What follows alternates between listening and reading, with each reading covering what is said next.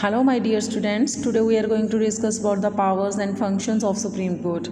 In the previous video we have already discussed about the composition of Supreme Court and the method to appoint the judges of Supreme Court. Now we are going to discuss about the various functions which are performed by the Supreme Court of India. In the functions of Supreme Court, there are so many functions which are performed by Supreme Court, like as original jurisdiction, appellate jurisdiction, protection of constitution, power to interpret the constitution, power to judicial review, court of record, and administrative functions. There are so many functions which are performed by Supreme Court.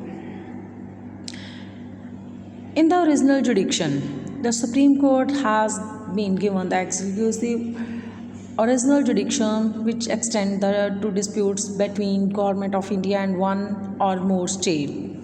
Second, between Government of India and one or more states on one side and one or more state on other side. Third, between two or more states. Original जुडिक्शन ਦੇ ਵਿੱਚ ਆ ਜਾਂਦਾ ਹੈ ਕਿ supreme court ਜਿਹੜੀ ਹੈ ਉਹ ਕਿੰਨਾ ਕੇਸਿਸ ਦੇ ਵਿੱਚ ਆਪਣਾ ਜਿਹੜਾ ਵਾ ਡਿਸੀਜ਼ਨ ਦਿੰਦੀ ਆ, ਕਿੰਨਾ ਦੇ ਵਿੱਚ ਆਪਣਾ ਜਿਹੜਾ ਵਾ ਉਹ ਕਿਹੜੇ ਮੈਟਰਸ ਦੇ ਵਿੱਚ ਡਿਸਪਿਊਟ ਕਰਦੀ ਹੈ। ਲਾਈਕ ਐਸ ਅਗਰ ਸੈਂਟਰਲ ਗੌਰਮੈਂਟ ਦਾ ਕਿਸੇ ਇੱਕ ਜਾਂ ਦੋ ਸਟੇਟਸ ਦੇ ਨਾਲ ਕੋਈ ਵੀ ਡਿਸਪਿਊਟ ਹੋਵੇ ਤਾਂ अगर इन केस एक साइड ते सेंट्रल गौरमेंट होवे और दूसरी साइड ते दूसरे स्टेट्स होन ਜਾਂ फिर दो ਜਾਂ दो तो ज़्यादा स्टेट्स ਦੇ ਵਿੱਚ ਕੋਈ ਵੀ ਡਿਸਪਿਊਟ ਹੈ ਤਾਂ ਇਹੋ ਜਿਹੇ ਕੇਸਿਸ ਦੇ ਵਿੱਚ ਜਿਹੜਾ ਆ ਕੇਸ ਸੁਪਰੀਮ ਕੋਰਟ ਦੇ ਵਿੱਚ ਜਿਹੜਾ ਵਾ ਫਾਈਲ ਕੀਤਾ ਜਾਂਦਾ ਹੈ ਔਰ ਉਹਦੇ ਨਾਲ ਰਿਲੇਟਡ ਜਿਹੜਾ ਡਿਸੀਜ਼ਨ ਆ ਸੁਪਰੀਮ ਕੋਰਟ ਵਿੱਚ ਹੀ ਦਿੱਤਾ ਜਾਂਦਾ ਹੈ।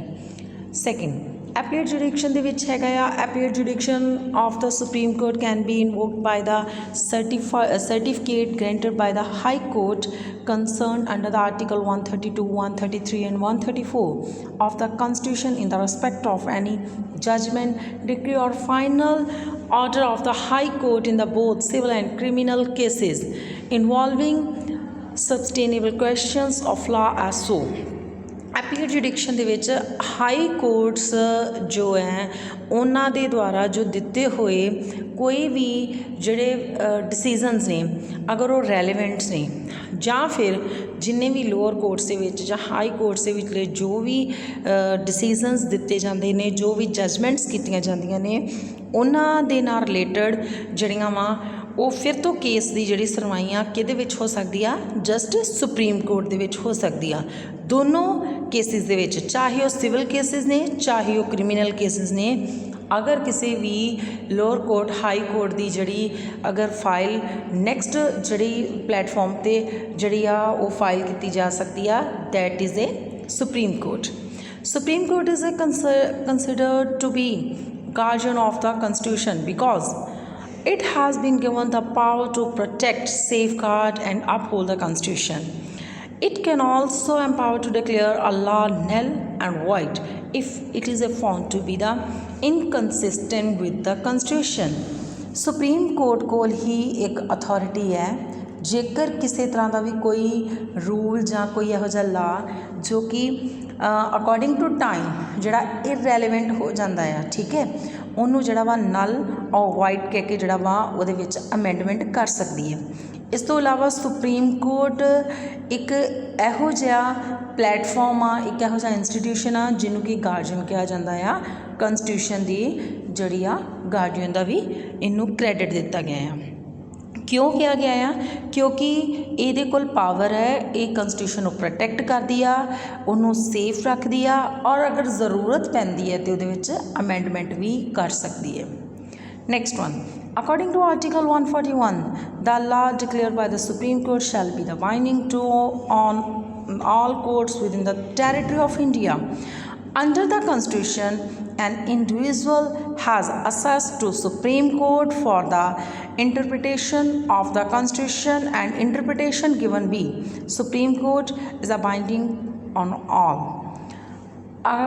ਕੰਸਟੀਟਿਊਸ਼ਨ ਦੇ ਵਿੱਚ ਇੰਡੀਅਨ ਕੰਸਟੀਟਿਊਸ਼ਨ ਦੇ ਆਰਟੀਕਲ 141 ਦੇ ਵਿੱਚ ਕਿਹਾ ਗਿਆ ਆ ਕਿ ਜੋ ਸੁਪਰੀਮ ਕੋਰਟ ਦੇ ਦੁਆਰਾ ਜੋ ਵੀ ਡਿਲੀਵਰ ਕੀਤਾ ਜਾਂਦਾ ਆ ਇਹ ਦੂਸਰੀਆਂ ਜੋ ਉਹਦੀਆਂ ਲੋਅਰ ਕੋਰਟਸ ਨੇ ਉਹ ਬੌਂਡ ਨੇ, ਉਹਨਾਂ ਦੇ ਦੁਆਰਾ ਕੀਤੀ ਜਾਣ ਵਾਲੀ ਜੱਜਮੈਂਟ ਜਾਂ ਲਿਆ ਜਾਣ ਵਾਲਾ ਡਿਸੀਜ਼ਨ ਦੂਸਰੀਆਂ ਲੋਅਰ ਕੋਰਟਸ ਨੂੰ ਜਿਹੜਾ ਆ ਇਹ ਬੌਂਡ ਨੇ ਕਿ ਉਹਨਾਂ ਨੂੰ ਵੀ ਜਿਹੜਾ ਵਾ ਫੋਲੋ ਕਰਨਾ ਪੈਂਦਾ ਆ। ਜੋ ਇੰਡੀਅਨ ਕੰਸਟੀਟਿਊਸ਼ਨ ਦੇ ਵਿੱਚ ਇਹ ਪ੍ਰੋਪਰ ਪਾਵਰ ਦਿੱਤੀ ਗਈ ਹੈ ਸੁਪਰੀਮ ਕੋਰਟ ਨੂੰ, ਇੱਕ ਇੰਡੀਵਿਜੂਅਲ ਜੋ ਹੈ ਸੁਪਰੀਮ ਕੋਰਟ ਦੇ ਵਿੱਚ ਕੋਈ ਵੀ ਜੇ ਲੱਗਦਾ ਆ ਕਿ ਉਹਦੇ ਨਾਲ ਇਨਜਸਟਿਸ ਹੋ ਰਿਹਾ ਆ ਉਹ ਆਪਣੀ ਇੰਟਰਪ੍ਰੈਟ ਕਰ ਸਕਦਾ ਆ, ਬਟ ਇਹ ਸਿਰਫ ਤੋਂ ਸਿਰਫ ਜੋ ਵੀ ਡਿਸੀਜ਼ਨ ਜਾਂ ਜੋ ਵੀ ਜੱਜਮੈਂਟ ਸੁਪਰੀਮ ਕੋਰਟ ਦੇ ਦੁਆਰਾ ਦਿੱਤੀ ਜਾਂਦੀ ਹੈ ਉਹਨੂੰ ਉਹ ਵਾਂਟ ਟੂ ਅਸੈਪਟ, ਠੀਕ ਹੈ, ਉਹਨੂੰ ਮੰਨਣਾ ਹੀ ਪਏਗਾ। Next one, judicial review is the power of the court to pronounce upon the constituency of the legislative and executive acts of the government which fall within their normal jurisdiction. It has the original in the theory of limited government and in the theory of two laws that were an ordinary law and a supreme law of the constitution. ਜੇਕਰ judicial review ਦੀ ਗੱਲ ਕਰਦੇ ਹਾਂ ਕਿ ਜੇਕਰ ਕੋਈ ਵੀ judgement ਦਿੱਤੀ ਜਾਂਦੀ ਹੈ ਉਹਨੂੰ ਦੁਬਾਰਾ ਤੋਂ ਰਿਵਿਊ ਕਰਨ ਦਾ ਵੀ ਜਿਹੜਾ ਆ ਕੰਸਟੀਟਿਊਸ਼ਨ ਦੇ ਵਿੱਚ ਸੁਪਰੀਮ ਕੋਰਟ ਨੂੰ ਅਥਾਰਟੀ ਦਿੱਤੀ ਗਈ ਹੈ, ਚਾਹੇ ਉਹ ਕਿਸੇ ਆਰਡੀਨਰੀ ਲਾ ਦੇ ਨਾਲ ਰਿਲੇਟਡ ਹੋਵੇ, ਚਾਹੇ ਸੁਪਰੀਮ ਕੋਰਟ ਸੁਪੀਰੀਅਰ ਲਾ ਕੋਈ ਵੀ ਸੁਪਰੀਮ ਲਾ ਆ ਜਾਂ ਆਰਡੀਨਰੀ ਲਾ ਵਾ, ਜੇ ਉਹਦੇ ਨਾਲ ਰਿਲੇਟਡ ਇੱਕ ਵਾਰ ਜੱਜਮੈਂਟ ਦਿੱਤੀ ਜਾਂਦੀ ਹੈ ਉਹਦੇ ਉੱਪਰ ਮੁੜ ਵਿਚਾਰ ਕਰਨ ਦਾ ਵੀ ਜੋ ਪਾਵਰ ਹੈ ਉਹ ਸੁਪਰੀਮ ਕੋਰਟ ਨੂੰ ਦਿੱਤੀ ਗਈ ਹੈ ਇੰਡੀਅਨ ਕਨਸਟੀਟਿਊਸ਼ਨ ਦੇ ਦੁਆਰਾ। The supreme court of India shall be court of the record and shall have all the power of such as court including the power to punish for the contempt of itself। ਜੋ supreme court ਹੈ India ਦੀ ਉਹਨੂੰ ਜੋ lower courts ਨੇ ਉਹਨਾਂ ਸਾਰੀਆਂ ਦਾ ਜਿਹੜਾ record ਹੈ ਔਰ including supreme court itself also, ਔਰ ਇੱਥੋਂ ਤੱਕ ਕਿ ਜੋ ਸੁਪਰੀਮ ਕੋਰਟ ਦੀ ਜੋ ਪ੍ਰੋਸੈਸਿੰਗ ਆ ਉਹ ਸਾਰੇ ਦਾ ਸਾਰਾ ਰਿਕਾਰਡ ਜਿਹੜਾ ਆ ਉਹ ਸੁਪਰੀਮ ਕੋਰਟ ਵਿੱਚ ਰੱਖਿਆ ਜਾਂਦਾ ਹੈ। It appoints the various officers and the staff of the Supreme Court. These appointments are made by the Chief Justice of India or any other judge as directed by him. The court makes the rules regarding the conduct of the advocate and other persons appearing before it. ਹੁਣ ਜੇ ਅਸੀਂ ਗੱਲ ਕਰਦੇ ਹਾਂ appointments ਦੇ ਨਾਲ related ਗੱਲ ਕੀਤੀ ਜਾਂਦੀ ਹੈ ਤਾਂ ਸੁਪਰੀਮ ਕੋਰਟ ਵੇਰੀਅਸ ਆਫਿਸਰਸ ਨੂੰ ਵੇਰੀਅਸ ਸਟਾਫ ਨੂੰ ਜੋ ਸੁਪਰੀਮ ਕੋਰਟ ਆ ਅਪਾਇੰਟ ਕਰਦੀ ਹੈ। ਇਹ ਚੀਫ ਜਸਟਿਸ ਜੋ ਹੈ ਉਹਨੂੰ ਅਪਾਇੰਟ ਕਰਨ ਲਈ ਦਾ ਕੰਮ ਵੀ ਜਿਹੜਾ ਵਾ ਸੁਪਰੀਮ ਕੋਰਟ ਨੂੰ ਹੀ ਦਿੱਤਾ ਗਿਆ ਹੈ। ਜੇਕਰ ਪ੍ਰੈਜ਼ੀਡੈਂਟ ਅਪਾਇੰਟ ਕਰਦਾ ਆ ਕਿਹਦੇ ਨਾਲ ਕੰਸਰਨ ਕਰਕੇ with the consultation of the other ਜੱਜਿਸ ਦੈਨ ਹੀ ਉਹ ਅਪਾਇੰਟ ਕਰਦਾ ਹੈ। ਫਿਰ ਇਸ ਤੋਂ ਇਲਾਵਾ ਜਿਹੜੀਆਂ ਲੋਅਰ ਕੋਰਟਸ ਨੇ ਉਹਨਾਂ ਦੇ ਜੱਜਿਸ ਨੂੰ ਹਾਈ ਕੋਰਟਸ ਦੇ ਜੱਜਿਸ ਦਾ ਹਾਈ ਕੋਰਟ ਦੇ ਜੱਜਿਸ ਐਂਡ ਚੀਫ ਜੱਜਿਸ ਜੋ ਨੇ ਉਹਨਾਂ ਨੂੰ ਅਪਾਇੰਟ ਜਿਹੜਾ ਕਰਨਾ, ਇਹ ਸਾਰੇ ਕੰਮ ਜਿਹੜੇ ਆ ਕਿਹਦੇ ਵਿੱਚ ਕੀਤੇ ਜਾਂਦੇ ਨੇ ਸੁਪਰੀਮ ਕੋਰਟ ਦੇ ਵਿੱਚ। ਔਰ ਜੋ ਇਹਦੇ ਵਿੱਚ ਪੂਰਾ ਇੱਕ ਪਰਸਨ ਜੋ ਵੀ ਚਾਹੇ ਉਹਦੇ ਵਿੱਚ ਜੋ ਐਡਵੋਕੇਟਸ ਨੇ ਜਾਂ ਉਹਦੇ ਨਾਲ ਕੰਸਰਨ ਜੋ ਵੀ ਸਟਾਫ ਆ ਉਹ ਸਾਰਿਆਂ ਨੂੰ ਅਪਾਇੰਟ ਸੁਪਰੀਮ ਕੋਰਟ ਦੁਆਰਾ ਹੀ ਕੀਤਾ ਜਾਂਦਾ ਹੈ। These all are the functions which are performed by Supreme Court of India.